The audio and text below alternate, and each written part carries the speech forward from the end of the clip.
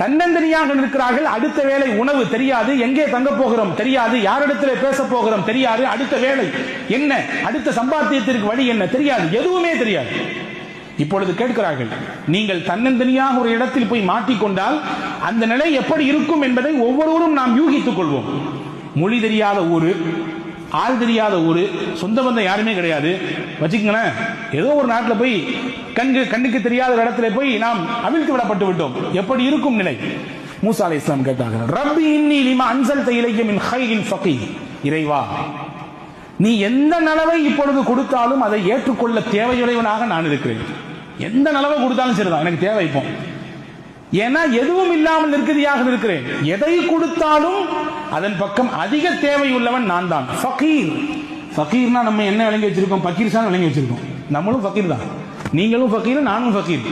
யாரிடத்தில்? அல்லாஹ் என்ற கனிக்கு முன்னால் நீங்கள் நானும் எல்லாரும் ஃபகீர். உலகத்தில் அல்லாஹ் மட்டும்தான் கனி, அவன் மட்டும்தான் தேவையற்றவன் யாரிடத்திலும்.